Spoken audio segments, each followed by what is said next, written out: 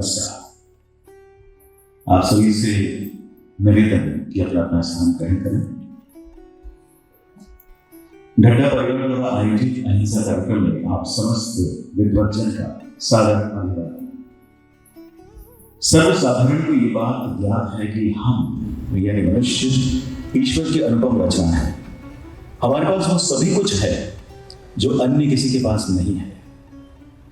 अनेक विषमताओं को जीतकर हमने स्वयं अपना ज्ञान सिद्ध किया है। जितना ईश्वर ने हमें प्रदान किया, हमने उससे कहीं अधिक अर्जित करने का प्रयास किया है। हम सफल भी हुए, किंतु अधिक पाने की लालसा ने हमें अपने मार्ग से कहीं भटका दिया है। हम अपने इसी विचलन के साथ आगे तो बढ़े हैं, किंतु साथ में हमने अपना एक साथी चुन लिया है जिसकी कोई आवश्यकता हमें कभी नहीं थी।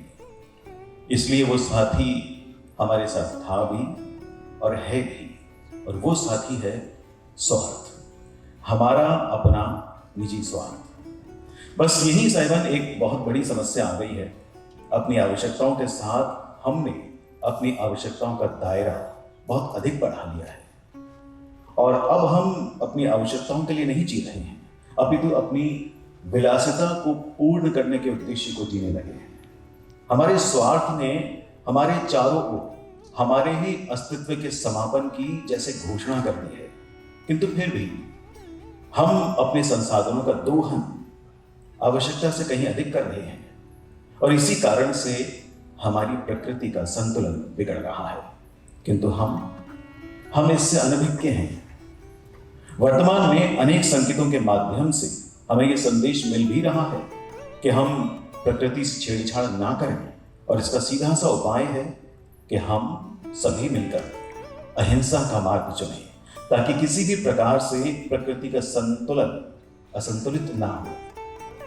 ढड्डा परिवार आज अहिंसा के संदेश के साथ ही आप सभी विद्वज्जन का स्वागत करता है, अभिनंदन करता है। ढड्डा परिवार स्वागत करता है, अभिनंदन करता है हमारे बीच पधारे देश की जाने मानी प्रमुख लीवर विशेषज्ञ, सीनियर प्रोफेसर हेपेटोलॉजी, कुलपति लीवर और पित्त विज्ञान संस्थान, पद्म भूषण डॉक्टर शिव कुमार जी सरीन साहब का बहुत बहुत आपका अभिनंदन और स्वागत। हम अपनी तालियों की गड़गड़ाहट के साथ सरीन साहब का अभिनंदन कर सकते हैं। हमारे बीच मुख्य अतिथि के साथ विशेष अतिथि के रूप में मौजूद हैं डीन कला, शिक्षा और सामाजिक विज्ञान संकाय, संस्कृत विभाग प्रमुख और संस्थापक निदेशक, बौद्ध अध्ययन केंद्र, जय नारायण व्यास विश्वविद्यालय जोधपुर, प्रोफेसर डॉक्टर धर्मचंद जी जैन साहब। आपका भी बहुत बहुत अभिनंदन और स्वागत। क्योंकि अहिंसा को हमने चुना है, और अहिंसा से ही हम यूं माने कि आज से अपना जीवन एक तरह से नए रूप में प्रारंभ करते हैं, तो आइए सबसे पहले नवकार मंत्र का अनुसरण करें, और उसके बाद शंख की ध्वनि से ये प्रयास करें कि हमारे आसपास का जितना भी अशुद्ध वातावरण है वो शुद्ध हो जाए। तो सर्वप्रथम आपके समक्ष नवकार मंत्र।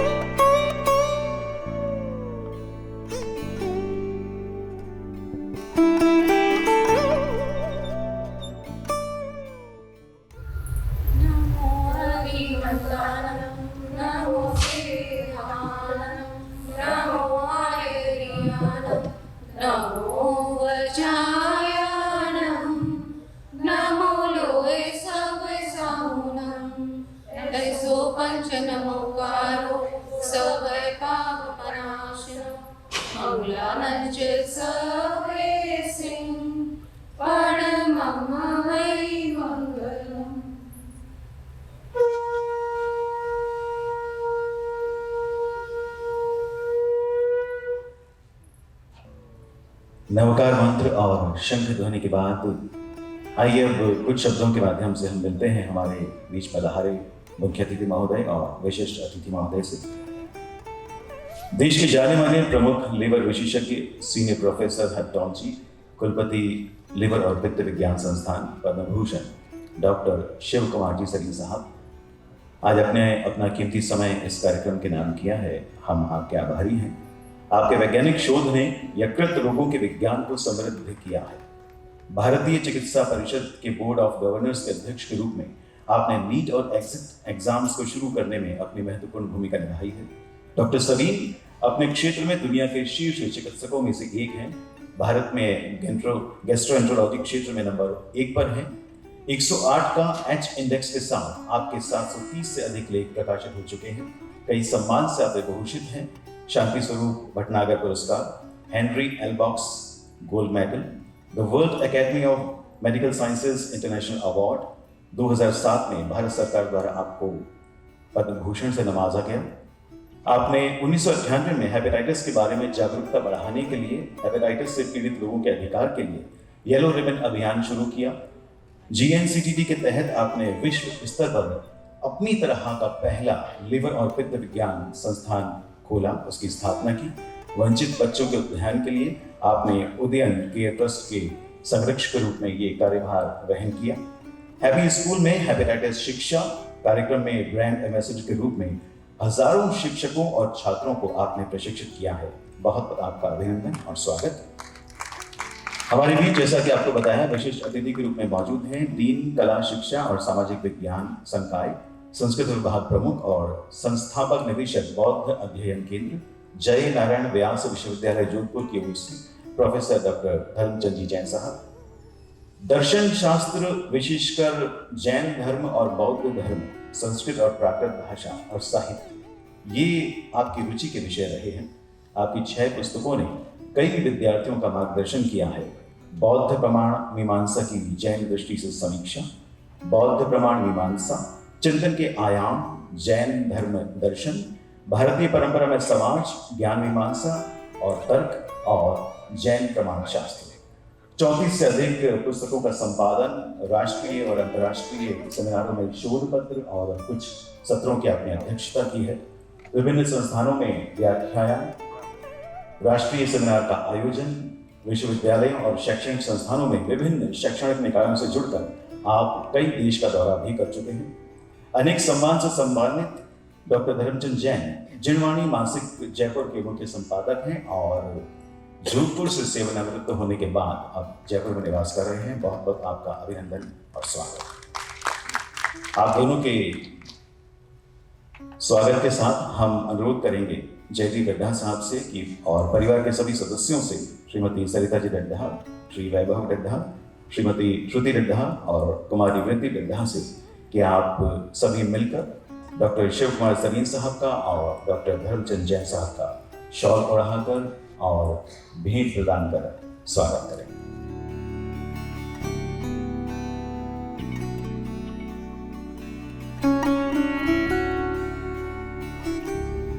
ये हमारी परंपरा है, राजस्थान की कह लीजिए, देश की कह लीजिए या जयपुर की कह लीजिए। हम अतिथि देवो भवः की परंपरा का अनुसरण करते हुए हमारे घर आए अतिथियों का पलक पांवले बिछाकर अभिनंदन करते हैं और ये प्रक्रिया भी उसी का निर्वहन करने का एक प्रयास है। ये आज का जो कार्यक्रम है, ये सोच जयदीप जी रड्ढा साहब की है और ये बहुत अच्छी सोच है कि हम अहिंसा का अनुसरण करें। इसीलिए आप सभी को आज संडे सुबह में यहाँ आमंत्रित किया गया है और ये हम सभी का सौभाग्य है कि आप अपना समय निकालकर इस उद्देश्य की पूर्ति के लिए हमारे बीच पधारे हैं। जयदीप रड्ढा साहब का जन्म मुंबई में हुआ, जयपुर में ग्रेजुएशन हुई और एक पारखी जौहरी और रत्न व्यवसायी के रूप में आप जर्मनी को रत्न और जवाहरात एक्सपोर्ट करते रहे हैं। आपके जीवन पर आपके पिताश्री का बहुत हाथ रहा है। श्रीमान NC रड्ढा साहब प्रख्यात चार्टर्ड अकाउंटेंट रहे। उनकी ईमानदारी को पूरे आयकर विभाग के साथ साथ पूरे व्यापारिक समुदाय में जाना जाता रहा है और आज भी वो अपने नाम के साथ, अपने कार्य के साथ विख्यात हैं। रड्ढा परिवार का ये विशेष कार्यक्रम अहिंसा को ध्यान में रखकर आयोजित किया गया है ताकि हम सभी मिलकर अहिंसा का अनुसरण करें। कहीं भी हमारे मन में, वचन में, काया में कहीं हिंसा है तो उसको त्यागें और अहिंसा का अनुसरण करें। विश्व शांति के दूत के रूप में अपनी महती भूमिका हम सभी निभा सकें, इसीलिए हम सभी यहाँ पर एकत्रित हैं और इस कार्यक्रम की और अधिक जानकारी के लिए और आप सभी के शाब्दिक स्वागत के लिए मैं सादर सप्रेम आमंत्रित करना चाहूँगा श्रीमान जयदीप डड्डा साहब को।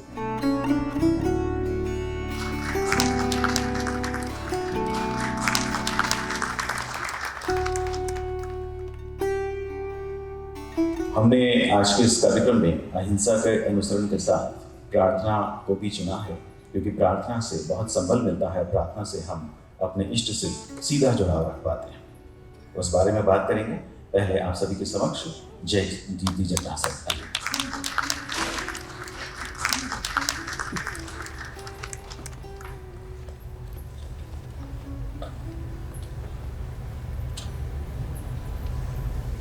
नमस्कार, आप सब पर आ रहे हैं इसलिए बहुत बहुत धन्यवाद। मैं सब आप सबका आभारी हूँ कि आप सब लोग यहाँ पर आ रहे हैं। खास करके डॉक्टर एस के सरीन साहब जिनके मन में दया और करुणा भाव भरा हुआ है। मैंने सिर्फ अपने लिखे लेख भेजे थे, सो आपको पसंद आए और मुझे कहा कि तुम्हारे साथ हो मैं। फिर मैंने इच्छा जाहिर की कि मैं एक अहिंसा का इवेंट रखना चाहता हूँ। तुरंत उन्होंने एक्सेप्टेंस दे दी तथा ये कहा कि मुझे अस्पताल से छुट्टी लेनी होगी, जबकि इस अस्पताल के आप हेड हैं। इससे ये पता चलता है कि आप कितने सिस्टमेटिक हैं तथा आप डॉक्टर के साथ एक नेक इंसान हैं, एक अच्छे आदर्श डॉक्टर हैं। और धर्मचंद साहब के बारे में क्या कहूँ मैं, अच्छे शास्त्र के जानकार हैं तथा प्रैक्टिकल भी हैं। इनको सब सुनना चाहते हैं। इन्होंने लिखे हुए लेखों को सराहत जनवरी में स्थान दिया है। आज के कार्यक्रम का मुख्य उद्देश्य अहिंसा को पूरे विश्व तक विस्तार हो, इसका मुझे लगता है। अहिंसा को सिर्फ हमें तुरंत अपनाना होगा, इसके अलावा कोई रास्ता नहीं है। तुरंत जितनी जल्दी अपनाएंगे अब बचे रहेंगे, वरना एक के बाद वेरिएंट आते रहेंगे। उसका एक ही उपाय है, अहिंसा को तुरंत अपना लें। इसी भावना के साथ सबका मंगल हो। धन्यवाद।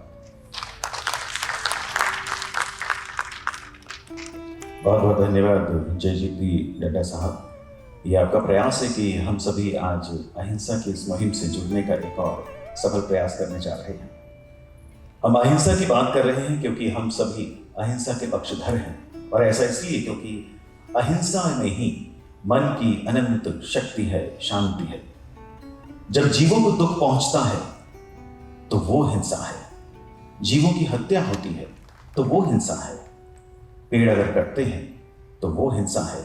ये हम सभी जानते हैं, किंतु फिर भी हम हिंसा करते हैं। इसका सीधा असर हमारे मस्तिष्क और शारीरिक स्वास्थ्य पर होता है। हिंसा का प्रतिफल हिंसा ही है, किंतु हम चाहें तो इसे बदल सकते हैं। हम चाहें तो हिंसा नाम का शब्द ही समाप्त कर सकते हैं। ये हमारी इच्छा शक्ति पर निर्भर करता है, पर यह करना कठिन है। इसीलिए हमें प्रयास करने होंगे। अहिंसा पर जनमानस का विश्वास फिर से जगाना होगा। तो आइए आरंभ करते हैं एकल अभिनय के मंचन के साथ इस बात को और गहराई से समझने के। हमारे बीच हैं अभिनेता गौरव त्रिपाठी।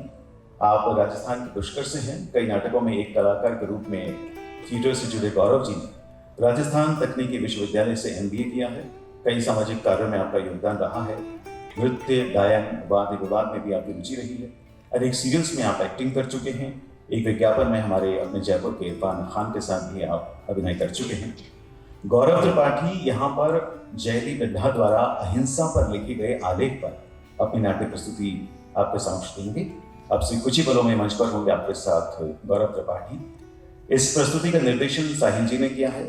रूप सज्जा असलम पठान की है। संगीत और प्रकाश सेन का है। कुछ ही पलों में आपके समक्ष गौरव त्रिपाठी।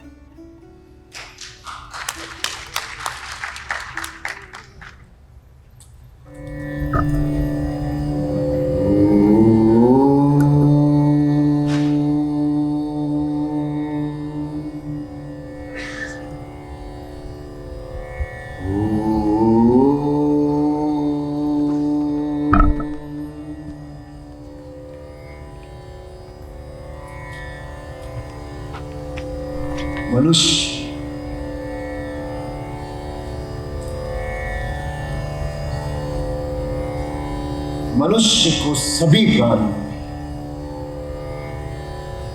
सर्वश्रेष्ठ प्राणी माना गया है।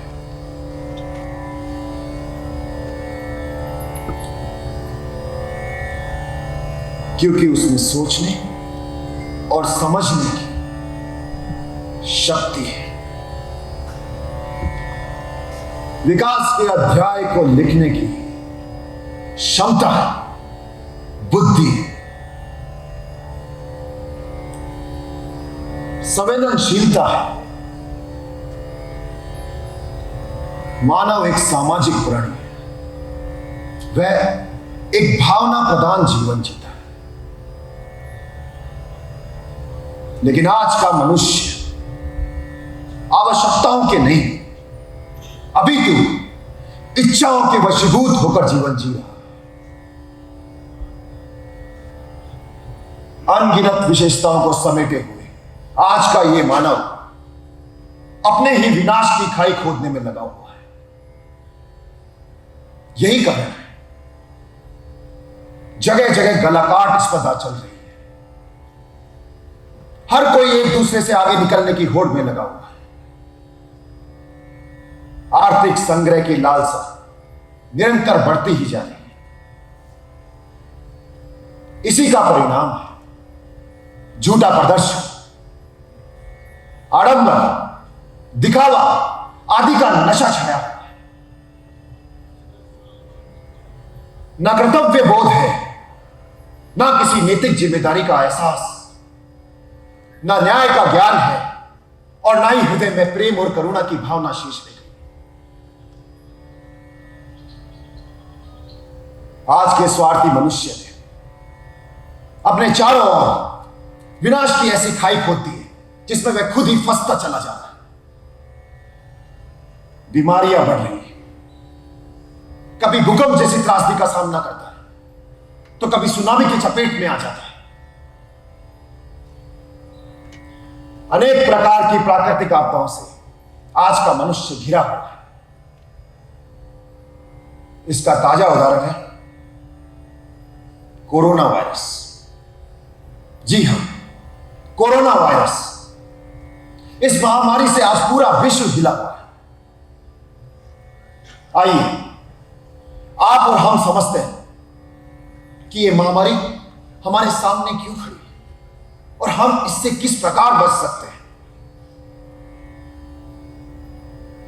आज हमारे अहिंसा प्रधान देश में हिंसा का ऐसा वातावरण छा रहा है जो देश की सबसे बड़ी समस्या है। यह भारतीय संस्कृति के बिल्कुल विपरीत है। आर्थिक संग्रह की लालसा के कारण जगह जगह कत्ल कारखाने खुल रहे हैं।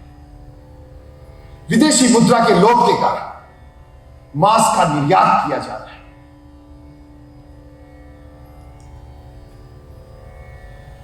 वहां हजारों लोग पशुओं को कटने के लिए झोंक दिया जाता है। उन मूक पशुओं की चित्कार उनकी बद्दुआ का एक रूप है जिनसे अनेक प्रकार की घातक बीमारियां होती हैं, जिनमें उनकी आह बसी हुई है। आज हमारे सामने जो प्राकृतिक आपदाएं है, ये उन हजारों मूक पशुओं की आह का परिणाम है। साथ ही ये मानव के अर्थलिप्सा के प्रभाव में अंतहीन संग्रह की भावना से जुड़ा हुआ है।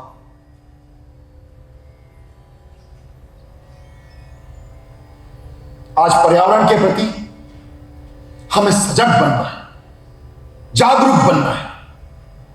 अन्यथा हमने भूकंप जैसी त्रासदी का सामना किया, चक्रवाती तूफान जैसा दर्द झेला और बिना जाने कितनी तरह की बीमारियों का सामना किया।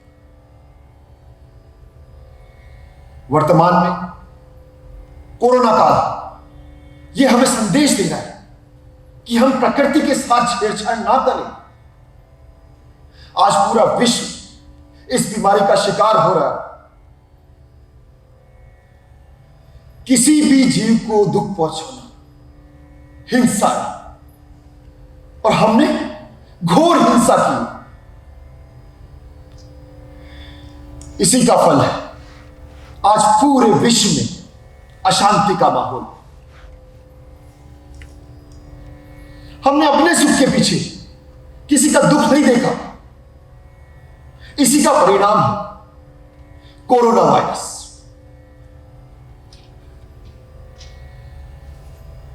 आज फैशन प्रदर्शन के संस्थानों, ब्रांडेड वस्तुओं की संग्रह की लालसा के कारण जगह जगह कल कारखाने खुल रहे, जिनसे ध्वनि प्रदूषण, वायु प्रदूषण और भी न जाने कितने प्रकार के प्रदूषण हमारे समाज में, प्रकृति में जहर घोलने का काम कर रहे हैं। आवश्यकताओं से अधिक संग्रह अहिंसा को नकारना है। हमारी आर्य संस्कृति का एक ही स्वर है, सादा जीवन, उच्च विचार। संग्रह नहीं, त्याग की भावना भीतर से होनी चाहिए, मैत्री भाव होना चाहिए। अभी भी बहुत कुछ नहीं बिगड़ा है। अगर हमें मानव जाति के अस्तित्व को इस विश्व में बचाना है तो हमें क्षमा धारणा करनी चाहिए। वास्तव में क्षमा जैसा तप इस दुनिया में नहीं है। क्षमा वीरस्य भूषण, अर्थात क्षमा वीरों का आभूषण है। मोक्ष का प्रथम सोपान है क्षमा। मैंने जिन भी जीव जंतुओं, जिन भी पेड़ पौधों को नुकसान पहुंचाया तो मैं उनसे क्षमा मांगता ताकि आगे से इसकी पुनरावृत्ति ना हो। अगर हम इस बात का ध्यान कर लें तो कोरोना वायरस हमारा कुछ भी नहीं बिगाड़ सकता। जैन दर्शन प्रारंभ से अहिंसा का संदेश देकर हर प्रकार की समस्या का समाधान दे रहा है। वास्तव में अहिंसा का क्षेत्र व्यापक है। इसमें हर तरह की समस्या का समाधान है। मानव जाति के अस्तित्व को अगर बचाना है तो हमें अहिंसा को अपनाना है। यही एक मूल मंत्र है। तो आइए हम सब मिलकर अहिंसा के मूल और सूक्ष्म स्वरूप को समझें। अहिंसा का आदर और समादर करते हुए इसको अपनाने का संकल्प लें। साथ ही पर्यावरण संरक्षण की शपथ लें। अहिंसा के प्रभाव को मजबूत करें। उसके बाद विश्व में शांति होगी, पर्यावरण का संरक्षण होगा। आइए हम सब मिलकर प्रार्थना करें और अहिंसा को अपनाएं, कोरोना वायरस से मुक्त हों।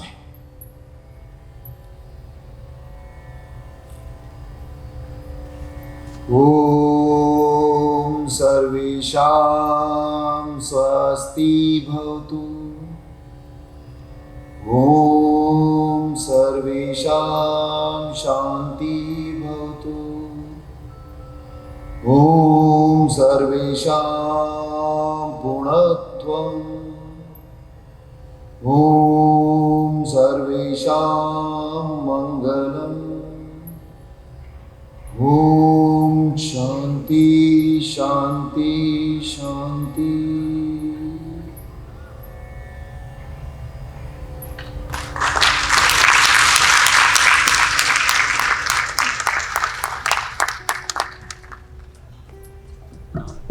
आपके समक्ष थे गौरव त्रिपाठी। साहित्य का निर्देशन था असलम पठान रूप सज्जा में और संगीत और प्रकाश में सैन। जैसा कि इस नाट्य प्रस्तुति में, इस मंचन में हमने देखा कि पूरा विश्व जब पीड़ित है, धरती के सभी प्राणी दुखी हैं, तो क्या ये संभव है कि किसी एक निश्चित समय में हम प्रभु से विनती करें कि वे हमें इस संकट से उबारें?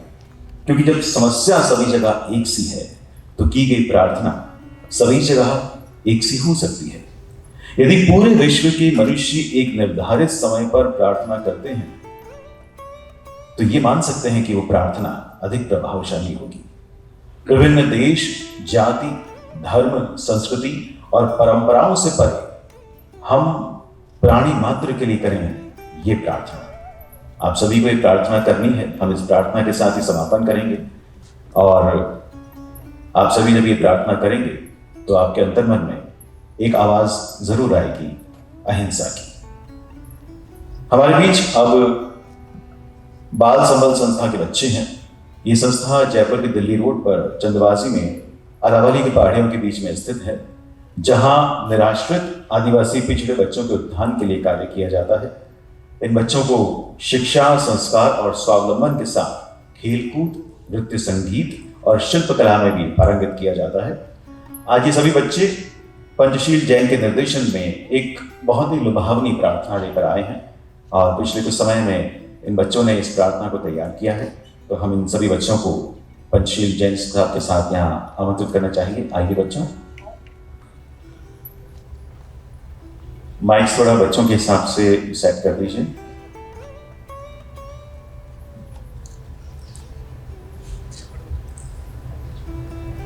थोड़ी लाइट्स ऑन दे दीजिए। जब तक ये माइक्रोफोन सेट हो, हम सभी बच्चों से मिल लेते हैं। सभी बच्चे नमस्ते करेंगे जैसे जैसे आपका नाम लिया जा रहा है। विजय, विजय, विजय कौन है आप में से?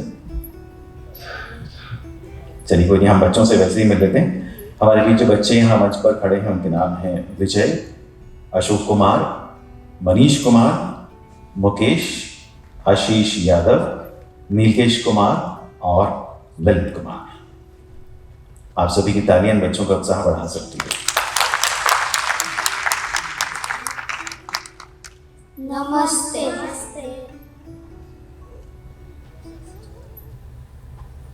तेरी है जमीन, तेरा आसमान, तू बड़ा मेहरबान, तू बख्शिश कर। सभी का है तू, सभी तेरे, खुदा मेरे तू बख्शिश कर। तेरी है जमीन, तेरा आसमान, तू बड़ा मेहरबान, तू बख्शिश कर। सभी का है तू, सभी तेरे, खुदा मेरे तू बख्शिश कर। तेरी है जमीन, तेरा आसमान, तू बड़ा मेहरबान, तू बख्शिश कर। सभी का है तू, सभी तेरे, खुदा मेरे तू बख्शिश कर। तेरी है जमीन, तेरा आसमान, तू बड़ा मेहरबान, तू बख्शिश कर। सभी का है तू, सभी तेरे, खुदा मेरे तू बख्शिश कर। ओ तेरी मर्जी से मालिक हम इस दुनिया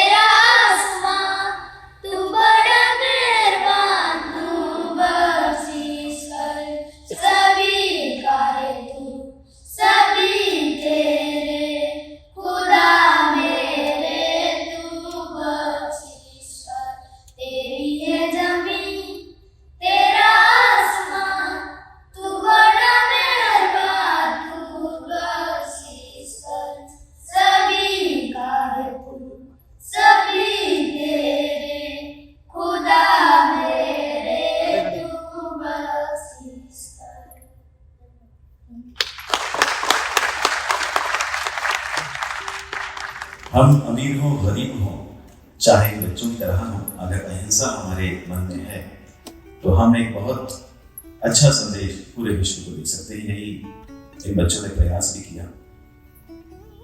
हमारे बीच मुख्य अतिथि स्वरूप पद्म भूषण डॉक्टर शिव कुमार सरवल साहब मौजूद हैं। सरवल साहब, आपने अभी तक हमारे इस प्रयास को जाना है, समझा है कुछ देर के अंदर। हम अब आपसे विनम्र निवेदन करेंगे, आपके मंच पर पधारें और अपने अमूल्य शब्दों के माध्यम से अहिंसा की जीत जगाएं।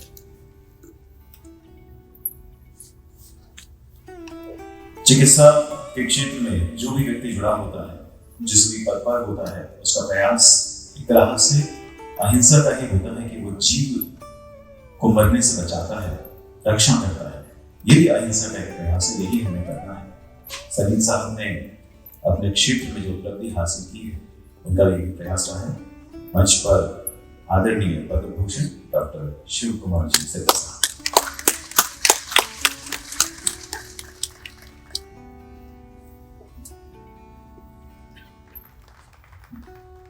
नड्डा साहब और परिवार, आपने मुझे आमंत्रित करके बुलाया, बहुत बहुत धन्यवाद। आप सबका संडे की सुबह आने की। जब नड्डा साहब का फोन आया तो मुझे अहिंसा के बारे में इतना ही मालूम था, इतना शायद बाकी सबको। धीरे धीरे इनके मैंने आर्टिकल देखे और लगा कि तो मुझे बिल्कुल नहीं आता है ये। अगर जाऊंगा तो कुछ सीखूंगा, समझूंगा, जीवन में उतारूंगा। बहुत बहुत आपका आभार, आपने बुलाया, मौका दिया। जब राज मंदिर बन रहा था तो मैं जयपुर में था। उस समय शुरू नहीं हुआ था राज मंदिर एज ए पिक्चर हॉल। यहाँ बैडमिंटन का टूर्नामेंट होता और वर्ल्ड चैंपियन रूडी हर्टानो यहाँ पे खेलने आया था। मैं याद कर रहा हूँ अपना समय का। तो करीब 1 मिनट में उसने 600 बार स्किपिंग कर ली। 1 मिनट में 600 स्किप्स कर ली। तो लगता था कि वो जमीन पे तो उसकी रस्सी आती नहीं। उसका ट्रेनर खड़ा था, उसने कहा जब तक 1000 बार नहीं करोगे तब तक तुम रेस्ट नहीं करोगे। कैन यू इमेजिन कि आप 1000 बार रस्सी 1 मिनट में करते हैं? और उसने करी। तब उसको उसके जैपनीज ट्रेनर ने बैठने दिया। तो आज भी मुझे याद है यहाँ बैडमिंटन हॉल और इंटरनेशनल बैडमिंटन चैंपियनशिप हुई। तो आजाद मंदिर उसके बाद शायद एक आधी बार बीच में आया तो बहुत अच्छा लगा। बच्चे जब गाना गा रहे थे तो 2-3 बातें मुझे याद आई। हम लोग छोटे थे तो अगर चींटी जा रही है या कीड़ा तो माता जी बोलती थी कि इसको मारना नहीं, थोड़ा दूर जाके आटा डाल देना तो अपना रास्ता बदल देंगे। लगता है अगर बच्चों को हम या बड़ों को भी ये बात समझ में आ जाए कि उनका भी जीवन है, उनके लिए अगर हमारे मन में ऐसा भाव रहे कि उन्हें मार दें, तो जो हमारे मन में भाव है वैसा ही करें, चाहे वो चींटी हो चाहे वो बड़ा। मुझे जहाँ तक थोड़ा बहुत समझ है, महावीर जी भी, भगवान महावीर भी यही कहते थे, जैसा सोचेंगे किसी की इंसल्ट करेंगे, हत्या करेंगे, दुख। पर डॉक्टर के विचार से अहिंसा क्या है, मैं कुछ अपने पर्सनल एक्सपीरियंस बताता हूँ। बहुत साल पहले हम लोग तो थोड़ा बहुत लिवर के बारे में काम करते हैं। लिवर ट्रांसप्लांट होता है, 100 ट्रांसप्लांट साल। एक कानपुर या लखनऊ का कोई आदमी था, बहुत शराब पीता था, उसका ट्रांसप्लांट करना था, बड़े खानदान का था, रईस, कोई डोनर नहीं मिला तो उसकी शादी हुई थी 4-5 साल पहले, छोटा बच्चा था, वाइफ को ट्रांसप्लांट के लिए। शराब आदमी पीता है, लिवर वाइफ देती है। पहले तो यही अहिंसा नहीं है, हिंसा ही है। अच्छा, उस पर प्रेशर ये था कि अगर वाइफ नहीं देगी तो उसको जमीन जायदाद से हटा दिया जाएगा। चलिए, इतनी टेंशन, तो बहुत बड़ी जायदाद, उसको लिटा दिया। उसका मन नहीं था, हालांकि 2-3 साइकियाट्रिस्ट ने असेस किया। सुबह 6 बजे ट्रांसप्लांट होना था, वो लेटी, पर वो उठ के भाग गई। इसने कहा जो होगा देखा जाएगा, मैं तो नहीं कर रहा, मैं अपना लिवर नहीं। अब आप डॉक्टर की हालत, मरीज का जो होना था वो तो डॉक्टर को लगा यार मैंने इतना अफसेस किया, हालांकि मेरा मन नहीं था, पर सर्जन बोला नहीं ठीक है। मुझे लग रहा था कि ये हिंसा हो रही, उचित नहीं। और आज भी जो लिविंग डोनर ट्रांसप्लांट करते हैं उसमें 70% वाइफ्स या मदर्स लिवर देती हैं। तो एक मैसेज में देना चाहूंगा, हम में से कोई अपना शरीर ऊपर लेकर नहीं जाएगा। एक और दान तो सब लोग आप करते ही हैं, अंग दान या जीवन में ये दान करें तो ये एक आपके किए हुए थोड़े बहुत हिंसक कार्यों को न्यूट्रलाइज करें, याद रखें। और हम as a doctor, that was a big lesson for me. और बड़ा कंपैशन हम लोग करते हैं, तो ये बहुत बड़ा लेसन था। मुझे पता लगा कि आपका लड़का बहुत अच्छा काम करता है, बहुत हीलिंग काम करता है। पर मैंने एक चीज देखी कि जैन समाज में या राजस्थान में, यूपी में पान मसाला बहुत खाते हैं। ये सही है या गलत? ये सही है। तो मैं इसका थोड़ा बैठे बैठे साइंटिफिक एनालिसिस कर रहा हूँ। आपको अंदाज है मुंह में कितने बैक्टीरिया होंगे? एक शरीर के 1 सेंटीमीटर में अरबों बैक्टीरिया, अरबों, और आप कॉन्स्टेंटली उनको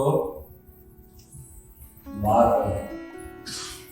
तो क्या आज से हम ये सब प्रण ले सकते हैं कि हम किसी तरह जीवन का हास बैक्टीरिया ऑर्गेनिजम्स को नहीं मारेंगे, तो पान मसाला नहीं खाएंगे? क्या हम प्रण ले सकते हैं आज? बताइए। आज तो हिंसा का तो जो ले वो हाथ उठा रहे हैं। हम किसी हालत में मुंह के अंदर जितने जीवाणु हैं उनको नहीं मरने देंगे। हम पान मसाला या ऐसी चीजें जिससे कि उनका जीवन खत्म हो रहा है वो नहीं। ठीक है, हम लोगों को अंदाज है कितने बैक्टीरिया हाथ में होते हैं। मैंने आपको बताया, हम अगर हाथ धो लेते हैं तो वो बैक्टीरिया मरते नहीं, वो हट जाते हैं। अगर हम हाथ धोते हैं बहुत अच्छे से, डॉक्टर के हिसाब से, हेल्थ के लिए भी फायदेमंद है और बैक्टीरिया के लिए भी फायदेमंद, मरते नहीं। बैक्टीरिया को मरने के लिए 100 डिग्री टेम्परेचर चाहिए, बहुत देर, वो हट जाते हैं, मरते। तो हाथ धोना सही। 2 और वाकया आपको बताता हूँ। कई बार मरीज आता है और वो ये पूछता है, उसके जीवन में उसे पता है कैंसर है, बचेगा जीवन में बहुत सारे नहीं, कहता है साहब वो नहीं जीऊंगा, अब जाने दीजिए। दूसरा होता है मरीज में जीवन है, रिश्तेदार कहते हैं साहब अब क्या फायदा है, बुढ़ा है, बूढ़ी है, जाने का साहब पैसे नहीं लगा। दोनों हालत में चाहे मरीज जाना चाहता है या रिश्तेदार छोड़ना चाहते हैं, डॉक्टर को बड़ी ना उसको ये लगता है कि इसकी इतनी सांसें हैं, इसको मार दो, जाने दो, या इसको बचाओ। बहुत दुर्लभ। इसको हम लोग सिंपल भाषा में एक एथिकल असेसमेंट करते हैं, और इसको मैं बहुत अरसे से मैंने एक नया टर्म बनाया, बेथिकलिज्म, BETHIKALIS, बेथिकलिज्म। मैंने इस पर कुछ लेख लिखे। एक नया रिलीजन है बेथिकलिज्म, बी एथिकल।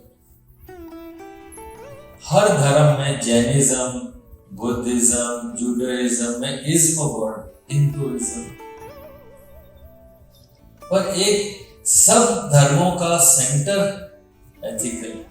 और वो एथिकल क्या? किसी को हार्म नहीं करें, किसी का नुकसान नहीं करें, ना अपना नुकसान। So Bethicalism is that term where we cannot harm or we should not be harmed. So as a doctor, I practice Bethicalism.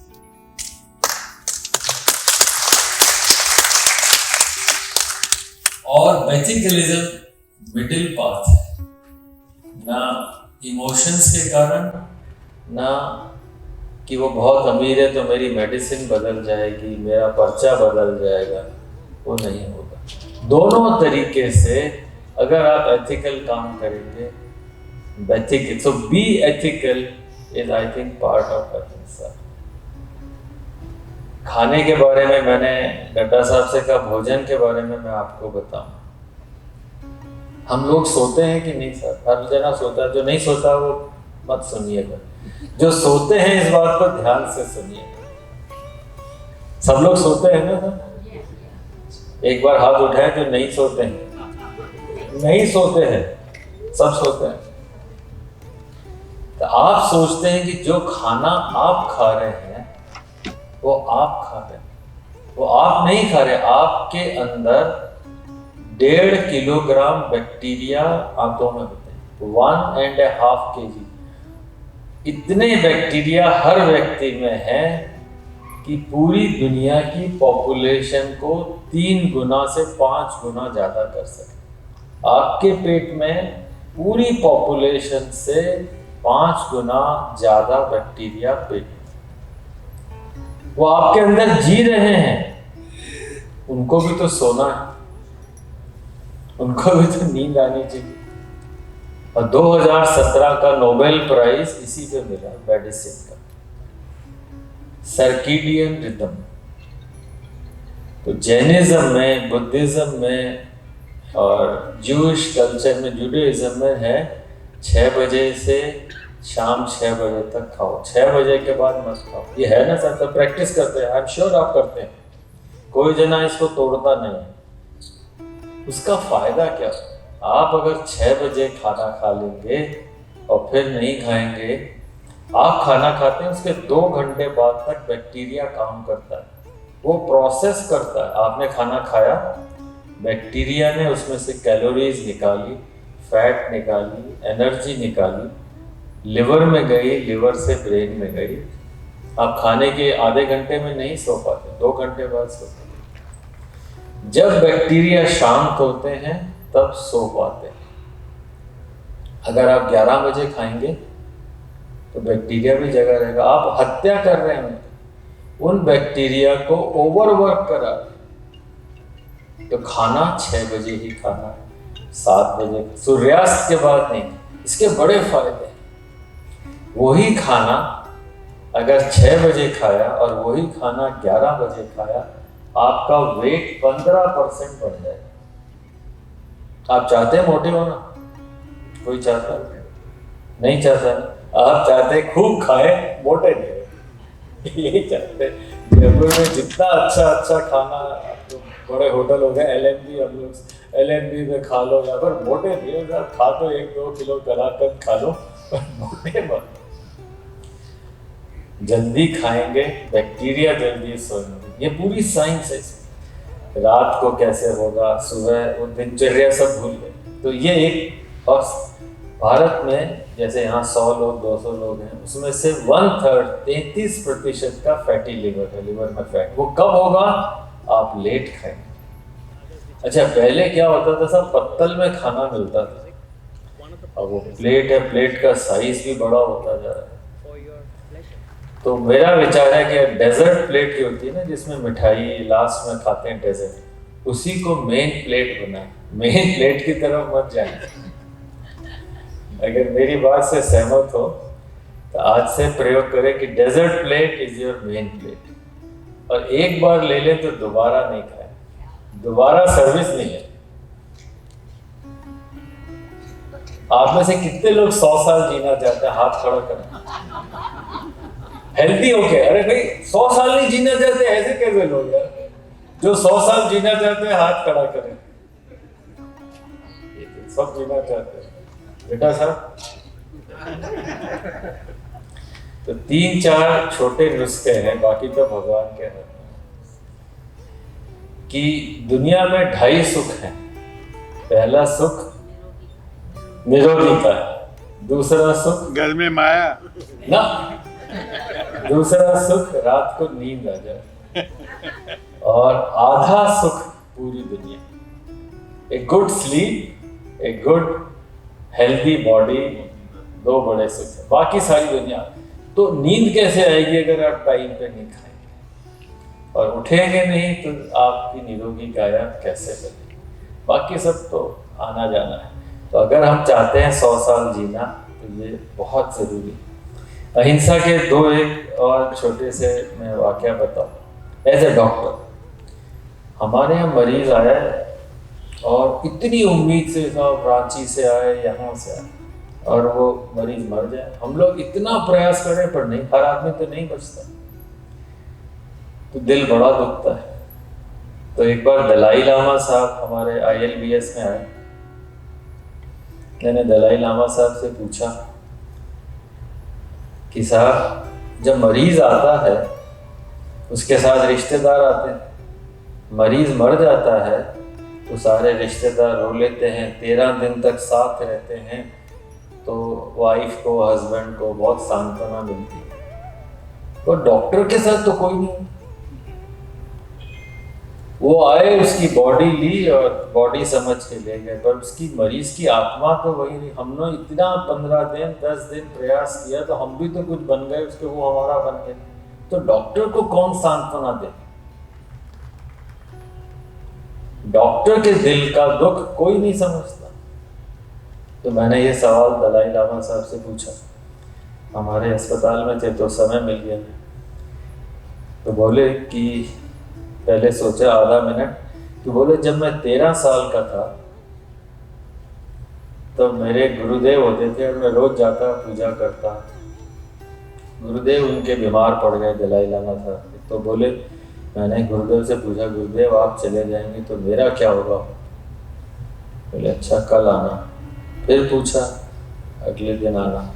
3 दिन बाद दलाई लामा साहब को उन्होंने कहा, देखो तुम रात को सोने जाते हो, उस समय क्या होता है? अंधेरा होता है। फिर सुबह उठते हो तो क्या होता है? सब सूरज होता है, रोशनी होती है। तो बोले हर ऐसी हालत में ये सोचो कि सुबह होगी।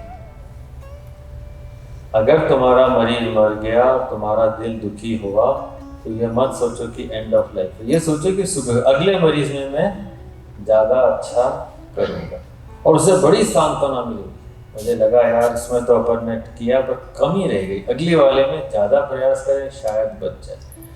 तो मुझे भी यही लगता है कि जीवन में हम लोग प्रयास करते हैं, जैसे इतने अच्छे अनाउंसर ने बोला और गौरव जी ने बताया कि कई बार हमें चेंज करना है। मेरे को यहाँ आके बहुत फ़ायदा हुआ। ऑनेस्टली मैंने अपने आप से मंथन किया, सोचा, और ये लगा कि हम हार नहीं मानेंगे। हर रोज सुबह प्रयास करें कि अहिंसा, और ये एक प्रयास अच्छा। लास्ट बात कहूँगा, अधिक समय नहीं लूँगा, कोरोना के बारे में। कोरोना शुरू इसलिए हुआ कि वो वहाँ के लोग, उस कंट्री के लोग वो चीज़ें खाते थे जो नहीं खानी चाहिए। मतलब कौन बैट्स को खाएगा, या कौन ऐसे एनिमल्स को खाएगा जो खाने नहीं चाहिए। पहली बात तो एनिमल नहीं खाने चाहिए, पहली बात तो ऐसा काम नहीं करेंगे जिसमें आपको तामसिक चीजें आए, सात्विक, ऊपर वो आप ऐसे काम करोगे तो वायरस आएगा, आपको तो उसका टैक्स देना ही पड़ेगा।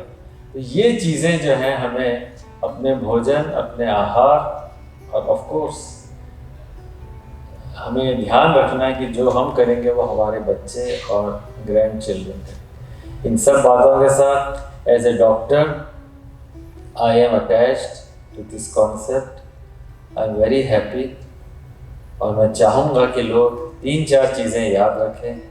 अगर चींटी जा रही हो उसको आटा दे दें, मारे नहीं, मन से ऐसा विचार निकाल दें कि हम करना है। अपने बारे में भी ये ध्यान रखें कि हम अपने कर्मों से, पान मसाला ये सब खाने से बैक्टीरिया का नुकसान ना करें। आपकी हेल्थ अच्छी रहे, 100 वर्ष जिए, उसके लिए समय पे खाएं। और हाँ, जैनिज्म हो, बुद्धिज्म हो, जो भी भगवान महावीर हैं या भगवान बुद्ध है, वो बड़े डॉक्टर्स थे, बड़े साइकोलॉजिस्ट थे। डॉक्टर इन द सेंस उन्होंने अपने आहार, व्यवहार और जीवन शैली से कितनों को ठीक किया। मैं देख के सोचता हूँ कैसे उन्होंने कहा कि 6 बजे खाना है या ये नहीं खाना है। उनसे बड़ा डॉक्टर कौन है? कौन सा वेलनेस सेंटर पूरी दुनिया में ये मैसेज दे सकता है जो आपके रिलीजन से, आपके धर्म से और उन गुरुओं के गाने से हो। तो मुझे लगता है दे वर द बेस्ट डॉक्टर्स। उनका संदेश अहिंसा और अपने आप व्यवहार में बहुत बड़ा संदेश है। और मेरे को बुला के एजुकेट करने के लिए बहुत बहुत धन्यवाद।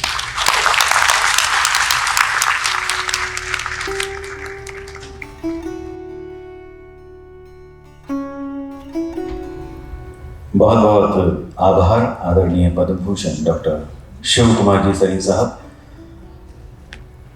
मात्र 2 शब्दों में आपने अहिंसा की बात कर दी और बहुत बड़ी बात कही है सरीन साहब ने, जो हमारी बहुत बड़ी आवश्यकता है, नींद और भोजन।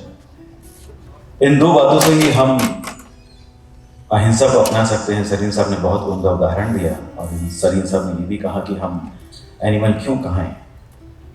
If we are eating an animal, that means we are eating dead food. क्यों हमें हमारा खाना खाना? बहुत बहुत अद्भुत वक्तव्य सलीम साहब का, बहुत बहुत आपका धन्यवाद। हम अब मंच पर अपने आशीर्वचनों के साथ सादर आमंत्रित करना चाहेंगे डॉक्टर धर्मचंद जैन साहब को। आप पधारें और अपने शब्दों से हमें अहिंसा का संदेश दें। आपने अब तक अपने जीवन में जो ज्ञान अर्जित किया है, हम उस ज्ञान के माध्यम से अहिंसा के एक नए मार्ग पर चलने का विचार करते हैं। और जैन साहब से हमें ये आशा है कि अहिंसा का एक नया संदेश आप हमें देंगे। आदरणीय डॉक्टर धर्मचंद जैन साहब।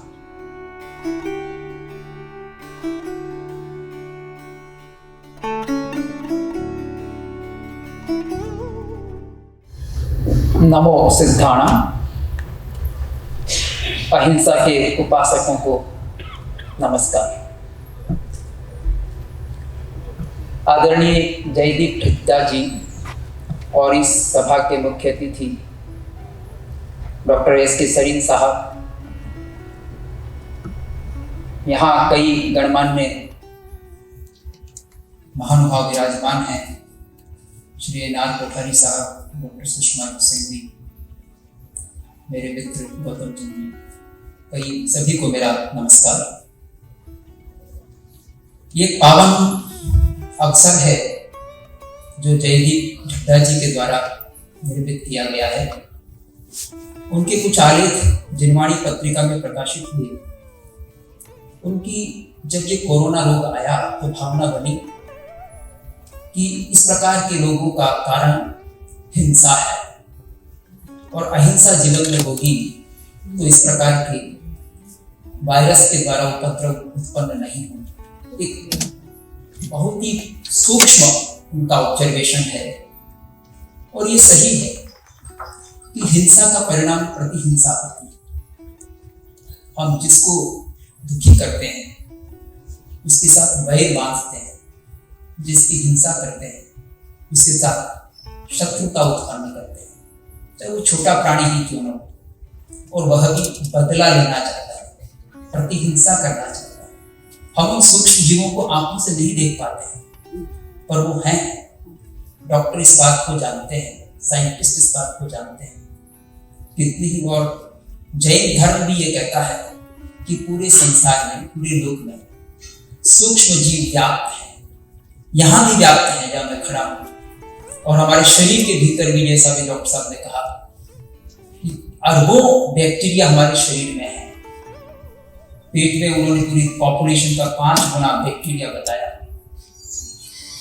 इतने बैक्टीरिया, लेकिन वो हमारे इन चर्म चक्षुओं से दृश्य गोचर नहीं होते, हम देख नहीं पाते, पर वो है।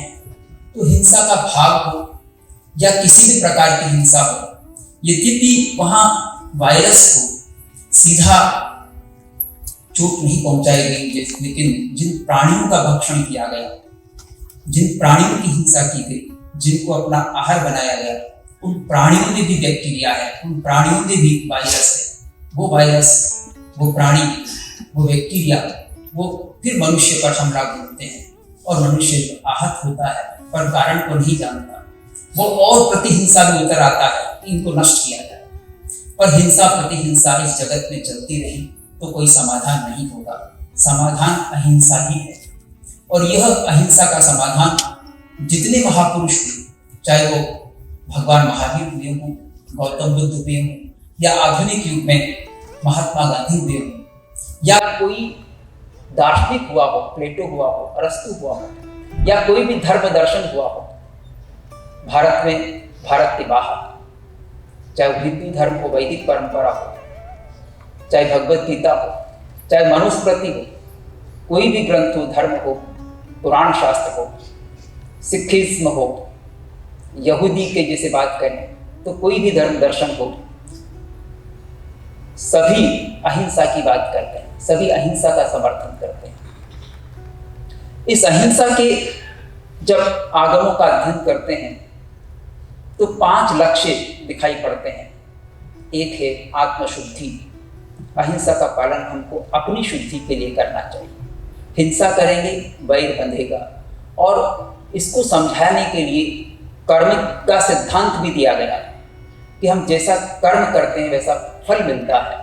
हम किसी के साथ बुरा करते हैं तो बदले में बुरा हमको मिलता है, उसका परिणाम भोगना पड़ता है।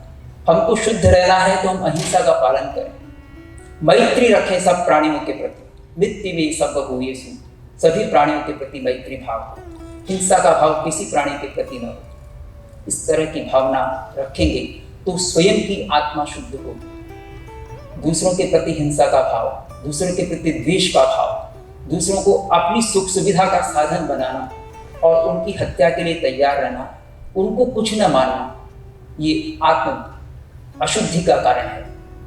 तो आत्मशुद्धि के लिए अहिंसा एक लक्ष्य। दूसरा लक्ष्य प्राणी रक्षा। अहिंसा के द्वारा हम प्राणियों की रक्षा कर सकते हैं, बचा सकते हैं। और अहिंसा के वहाँ हम 2 रूप देखते हैं। एक तो उनकी हिंसा न करना, उनको चोट न पहुंचाना, उनका घात न करना। दूसरा रूप है उनकी जीने में मदद करना, करुणा के द्वारा, अहिंसा के, दया के द्वारा, अनुकंपा के द्वारा, मैत्री के द्वारा उनकी रक्षा करना। प्राणी रक्षा भी एक दूसरा उद्देश्य है। तो हम 2 तरह से अहिंसा का पालन कर सकते हैं, एक निषेधात्मक रूप में यानी हिंसा न करके, और दूसरा है उनको हम बचा करके, यानी उनकी डॉक्टर अनुकंपा करके बचाते हैं मरीज को। अभी जैसा देखा डॉक्टर सरीन साहब ने वेथिकलिज्म की बात की, और आपके हृदय में भी करुणा का अनुभव हमको हुआ, अनुकंपा का अनुभव हुआ।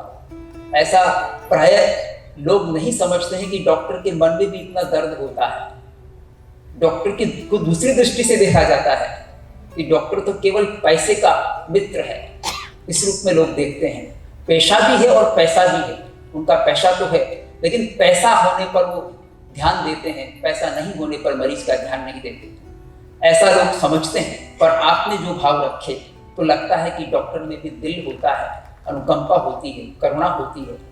तो ये अनुकंपा, करुणा रक्षा करने में मदद करती है। डॉक्टर में अगर ये भाव होता है तो प्राणियों की रक्षा कर सकता है। जो भी उनके पास आता है उसकी रक्षा का भाव उनके मन में होना चाहिए। तो ऐसे हम हर प्राणी की रक्षा कर सकते हैं, न केवल मनुष्य की। मनुष्यतर जो छोटे प्राणी हैं, चाहे वो एनिमल हो, जानवर हो, पशु हो, पक्षी हो, और छोटे छोटे जीव जंतु हो, धर्म में तो छोटे छोटे प्राणियों की रक्षा करने की बात भी कही गई है, चाहे वो मक्खी मच्छर ही क्यों न हो। हर प्राणी की संसार में उपयोगिता है, हर प्राणी जीना चाहता है। जैन दर्शन ये कहता है, आचारांग सूत्र जैन दर्शन का एक प्रमुख ग्रंथ है, वो कहता है सब्बे प्राणा पिया हुआ सोहसाया दुख पड़ी गोला। सभी प्राणियों का आयुष्य प्रिय है, सबको सुख प्रिय है, सबको दुख प्रतिकूल लगता है। सब प्राणी जीना चाहते हैं, मरना कोई नहीं चाहता है। जैसा अभी डॉक्टर साहब ने पूछा था कि आप में से कौन मरना चाहता है, कोई मरना नहीं चाहता। तो कोई भी प्राणी मरना नहीं चाहता, बैक्टीरिया भी मरना नहीं चाहता, वायरस भी मरना नहीं चाहता। वायरस में तो जीवन है कि नहीं, लेकिन वो जब जीव के साथ जुड़ता है तो उसमें प्रोडक्टिविटी बढ़ जाती है। कोई भी प्राणी मरना नहीं चाहता है, तो हम खुद मरना नहीं चाहते हैं, तो दूसरों को क्यों मारने के लिए उतारू हैं? ये भाव मन में आ जाएगा तो हम प्राणियों की रक्षा कर सकते हैं।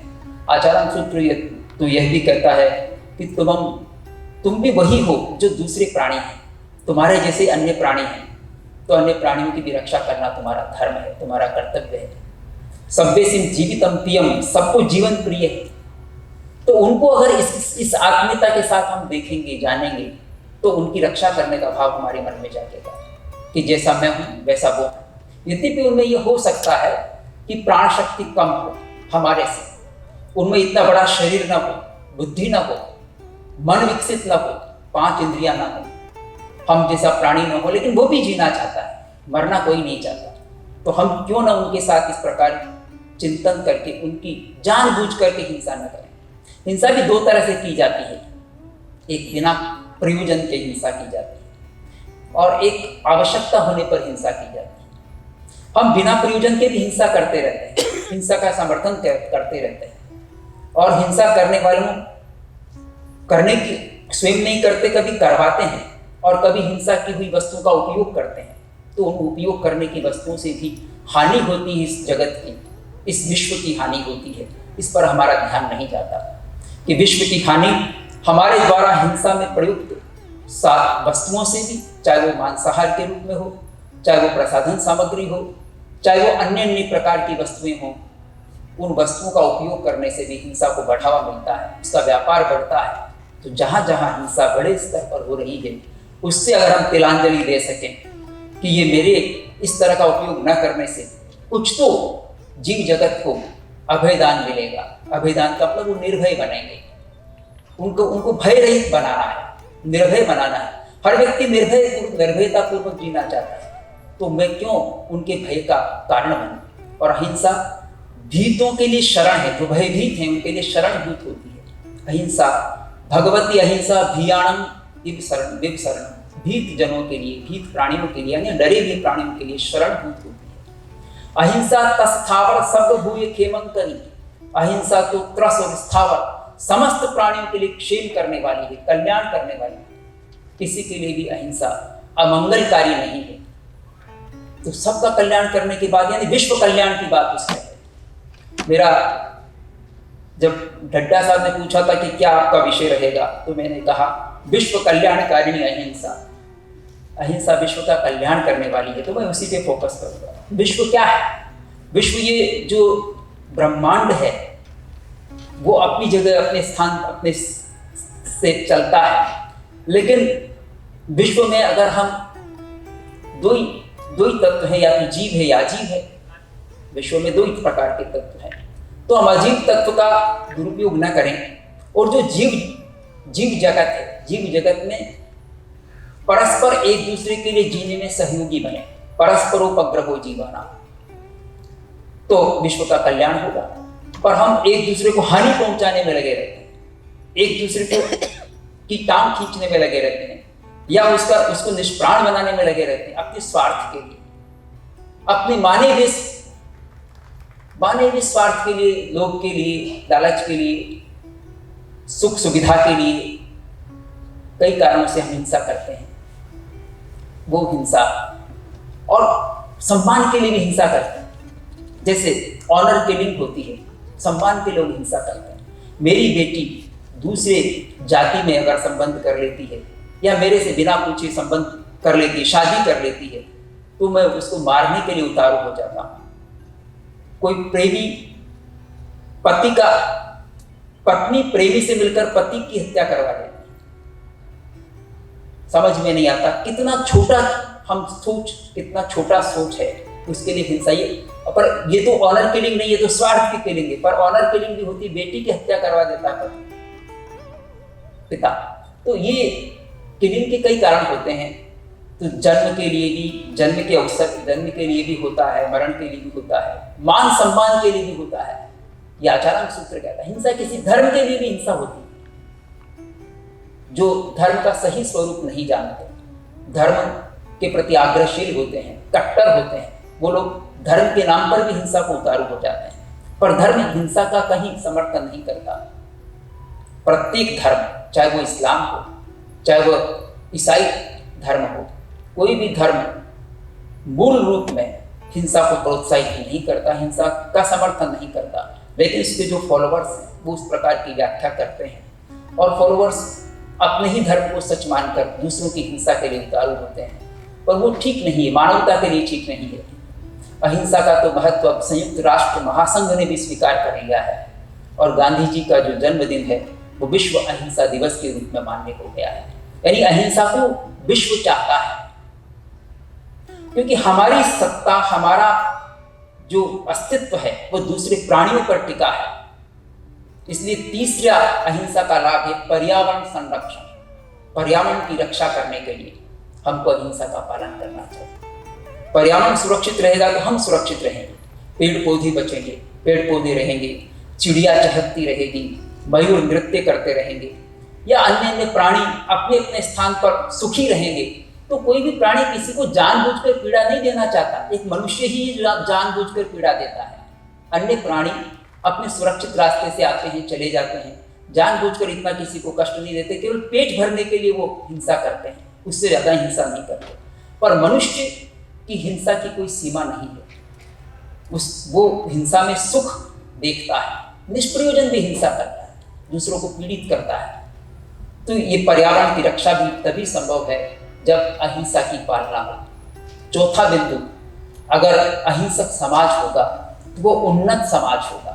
चौथा लाभ अहिंसा का यह है कि हम हर समाज, जो मनुष्य का समाज है वो उन्नत कहलाएगा, सभ्य समाज होगा। आगमों में और बौद्ध साहित्य में भी एक, और वैदिक साहित्य में एक शब्द आता है आर्य और अनार्य।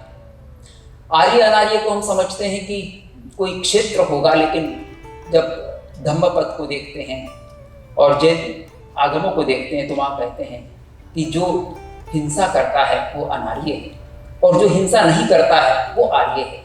तो आर्य बन जाएंगे हम। हिंसा नहीं करने वाला आर्य होता है, सभ्य होता है, उन्नत होता है, शिष्ट होता है। तो जो हिंसा नहीं करता वह उन्नति के शिखर पर पहुंचता है, इसलिए भी हिंसा नहीं करनी चाहिए। और पांचवा प्रयोजन है विश्व शांति।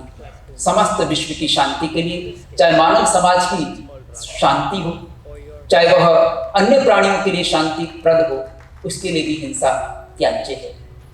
तो इन 5 कारणों से हमको हिंसा का त्याग करना चाहिए। एक छठा कारण कहूं तो वो निर्भयता प्रदान करने के लिए, और स्वयं भी निर्भय बनने के लिए। जो हिंसक नहीं होता उसको भय भी नहीं होता है। जो हिंसा करता, दूसरों को पीड़ित करता, उसको दूसरों से आशंका बनी रहती कि ये भी मेरा अनिष्ट न कर दे, तो और हिंसा के लिए उतारू हो जाता है। अनिष्ट की आशंका से भी लोग हिंसा करते हैं। सांप आ गया तो ये मुझे काट जाएगा, पहले मारने के लिए दौड़ेंगे। ये नहीं कि उसको सुरक्षित पहुंचा दें कहीं पर, मार आशंका रहती है।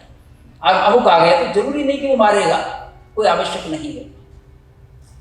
तो उसकी रक्षा की जा सकती, बुलाया जा सकता है किसी सांप पकड़ने वाले को। या और पहले इतने संत पुरुष भी रहे हैं, आश्रम भी रहे हैं, जहां विरोधी प्राणी भी एक साथ रहते आए हैं। योग सूत्र कहता है जहां वहाँ भी अहिंसा की, सत्य की, अचोरी की, ब्रह्मचर्य की, अपरिग्रह की बात की गई है। तो वहाँ कहा गया है अहिंसा प्रतिष्ठायाम तत्सन्निधौ वैर त्याग। अहिंसा की जब प्रतिष्ठा होती है तो वैर भावना का त्याग हो जाता है। दो विरोधी प्राणी भी साथ साथ रहते हैं, बिल्ली भी बैठी है, बंदर भी बैठा है, कुत्ता भी बैठा है, सांप भी है, मेंढक भी है, और वो एक साथ रह सकते हैं। उनमें विरोध का भाव शांत हो जाता है। नेवला और सांप एक दूसरे के विरोधी माने जाते हैं, लेकिन वो भी साथ बैठ सकते हैं जब अहिंसा का भाव होता है। दो शत्रु भी एक साथ बैठ सकते हैं मनुष्य जब अहिंसा का भाव होता है। जब हमारे मन में हिंसा का भाव नहीं होता तो सामने वाले भी कुछ परिवर्तन के साथ परिवर्तित, कुछ समय के बाद परिवर्तित हो सकते हैं। जब हम किसी ने बार बार हमारे लिए कुछ गलत सोचा, गलत व्यवहार किया, हम गलत व्यवहार नहीं करेंगे, गलत नहीं सोचेंगे, तो उसका धीरे धीरे रुख बदल सकता है। इसलिए परिवर्तन का कारण, दुनिया में परिवर्तन लाने का कारण, मानव समाज में व्यवहार के परिवर्तन लाने का कारण भी एक अहिंसा बन सकती है। अहिंसा और अपरिग्रह का नाता गजब का नाता है, जो प्रारंभ में हमारे इस अनाउंसर महोदय बड़े सुंदर रूप में कर रहे थे, तब उन्होंने ये चर्चा की थी कि मनुष्य अपनी विलासिता के लिए कितनी हिंसा कर रहा है। वो परिग्रह के लिए करता है, सुख सुविधाओं का परिग्रह अधिक से अधिक बढ़ाना चाहता है। जमीन, जायदाद, मकान आदि सारा क्या काम आता है? काम कुछ नहीं आता, केवल एक उसको संतोष रहता, मेरे पास इतना है। केवल एक संबंध है, संबंध है ना, वो अपने भीतर घुसता है। मकान अपने भीतर नहीं जाता, आत्मा के भीतर नहीं जाता, शरीर के भीतर नहीं जाता। केवल एक मान्यता का सुख है कि मेरे पास इतना है, मैं कुछ भी कर सकता हूँ। लेकिन कोरोना काल में देखा गया, जिनके पास पैसा था उनको अस्पताल में एंट्री, बिस्तर भी नहीं मिल पाए, बिस्तर पूरा अस्पताल भरा हुआ, उनको भी कष्ट हुआ है। तो ये सत्य है कि हर प्राणी एक सीमा तक, एक कालावधि तक यहाँ जीने वाला है, उसके बाद सबको प्रस्थान करना है।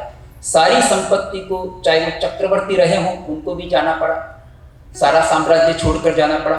हाँ, जब तक हमको मिला है व्यवस्था बनाए रखनी है, कर्तव्य का पालन करना है, उत्तरदायित्व का निर्वाह करना है, ये तो हमारा वो है, करणीय कार्य है।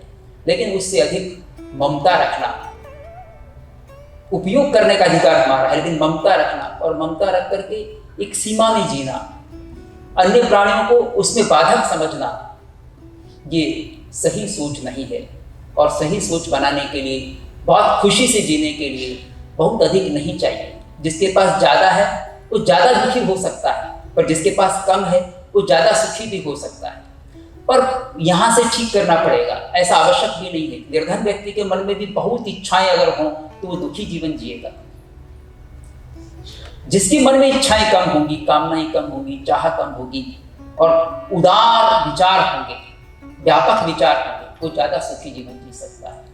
क्योंकि सुख का संबंध तो हमारे विचारों के साथ है, मान्यता के साथ है, बाहर की विलासिता के साथ नहीं है। बाहर की विलासिता जितनी ज़रूरत हो उतनी करें बहुत, पर वो हमारे लिए पतन का कारण भी बन जाती है, हमारे शारीरिक रोगों का कारण बनती है, पराधीनता का कारण बनती है।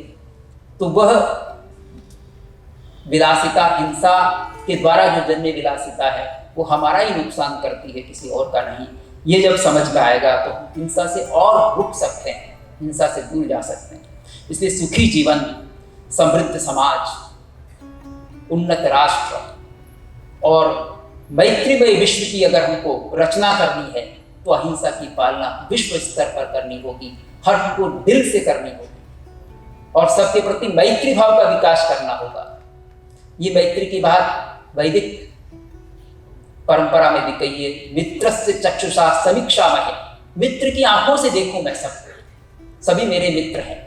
जैन धर्म भी कहता है मित्ति में सब भूयेषु वैरम वच्चम नृकेणहि, मेरी सभी जीवों के प्रति मैत्री हो, किसी के प्रति वैर न हो। तो ये जब दायरा बड़ा होगा तो भीतर से ही बड़ा होगा, बाहर की सुख सुविधाओं से हमारा सोच बड़ा नहीं हो सकता। वो सोच प्राणियों के साथ नहीं जुड़ता। सोच बड़ा यह तो हो सकता है कि मैं इतनी बड़ी संपदा इकट्ठी कर लूं, लेकिन ये सोच भी बड़ा सोच है कि मैं इतने सारे प्राणियों के प्रति मेरी मित्रता है, मैत्री भाव है, किसी के प्रति बुरा नहीं सोचता हूँ, किसी को बुरा नहीं कहता हूँ, किसी के प्रति बुरा आचरण नहीं करता। तीनों स्तर पर, मन वचन काया, तीनों स्तर पर जब अहिंसा की पालना होती है तो अहिंसा क्षेमंकरी बन जाती है, कल्याणकारिणी बन जाती है। और वह न केवल अपना कल्याण करती है, न केवल अपनी आत्मशुद्धि करती है, अपितु विश्व की कल्याणकारिणी होती है। तो अगर हमको सभी प्राणियों के साथ अस्तित्व बनाए रखना है, जीना है, तो अपना भी भला और उनका भी भला इस दृष्टिकोण से जिएंगे तो ये अहिंसा सबके लिए मंगलकारिणी कल्याणकारिणी बन जाएगी। इसी के साथ मैं हार्दिक धन्यवाद देता हूँ सभी सुधीजनों का, सभी श्रोताओं का, और जो अहिंसा में रुचि रखते हैं उन सभी का, और आयोजकों का विशेष रूप से कि उन्होंने मुझे याद किया और ये अवसर दिया आप सबके बीच उपस्थित होने का। धन्यवाद।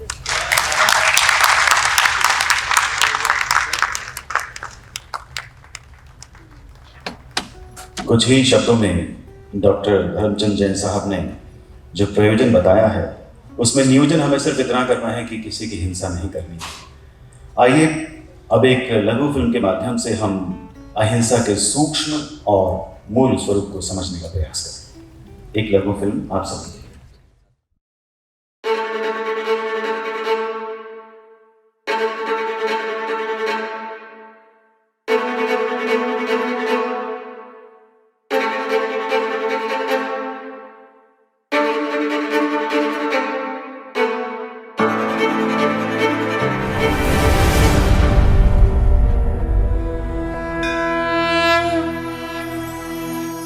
अब अहिंसा ही विनाश से बचा सकता है। तीसरी लहर शांत होने के कुछ महीनों बाद ही कोरोना ने एक बार फिर तबाही मचानी शुरू कर दी है। इस बार ओमिक्रॉन के सब वेरिएंट BA.2 और डेल्टा के जुड़ने से तैयार डेल्टाक्रॉन का प्रकोप फैल रहा है। चीन के 11 बड़े शहर तो इसकी गिरफ्त में आ ही चुके हैं। वहां सख्ती से लॉकडाउन लगाया गया है। अपने देश में भी जून 2022 से चौथी लहर के शुरू होने की आशंका जताई जा रही है। स्थितियां बेकाबू हुई तो यहां भी लॉकडाउन संभव है, पर यह स्थायी समाधान नहीं है। कोरोना जैसी महामारियों से बचने के लिए पारिस्थितिकी संतुलन आवश्यक है। इसी संतुलन से मनुष्य, पशु पक्षी, पेड़ पौधों और उनके परिवेश का अस्तित्व बना रहता है। हमारी गलत जीवन शैली और हिंसा से ये संतुलन बिगड़ता है। हमें हिंसा को छोड़ना ही होगा और अहिंसा को अपनाना होगा। एक ओर कोरोना का आतंक है तो दूसरी ओर रूस और यूक्रेन के बीच 24 फरवरी 2022 से युद्ध चल रहा है। तृतीय विश्व युद्ध हो सकता है।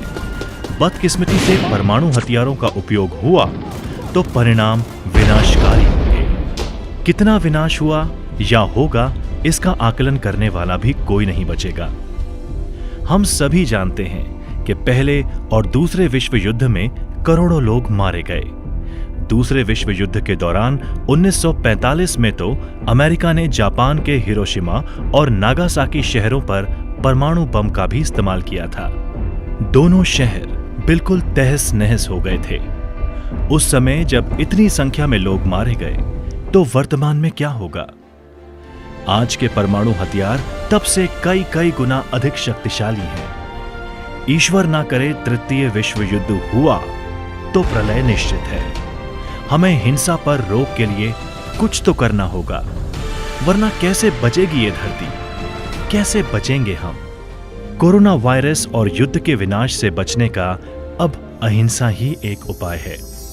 अहिंसा हमारी जीवन शैली का हिस्सा बने। ऐसी कोई समस्या नहीं है जिसका समाधान अहिंसा के मार्ग पर नहीं मिलता। पर त्रासदी ये है कि आज के वक्त में अहिंसा सिर्फ किताबी पन्नों में दफन हो गई है, जबकि इसकी जरूरत आज ही सबसे ज्यादा है। अब भी नहीं चेते तो इस सृष्टि को कोई नहीं बचा पाएगा। जयदीप डड्ढा। मैं हिंसा का विरोध करता हूं क्योंकि उससे पाया हुआ समाधान बहुत कम वक्त के लिए होता है और उससे पैदा हुई नफरत हमेशा के लिए। दुर्बल लोग कभी क्षमा नहीं कर सकते। क्षमा करना तो बलवानों का गुण है। अपने आप को खोजने का सबसे अच्छा तरीका है अपने आप को दूसरों की सेवा में खो देना।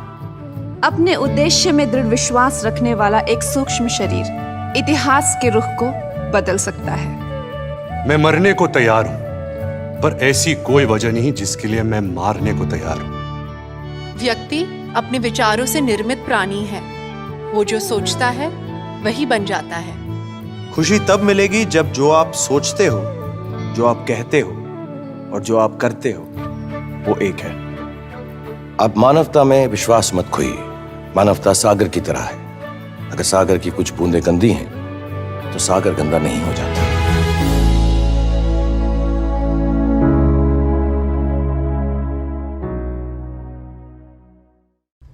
अहिंसा के माध्यम से आगे हम भी जीवन को बचाएं, और अहिंसा का अगर अनुसरण करना है तो एक रास्ता और भी है, और वो है प्रार्थना का।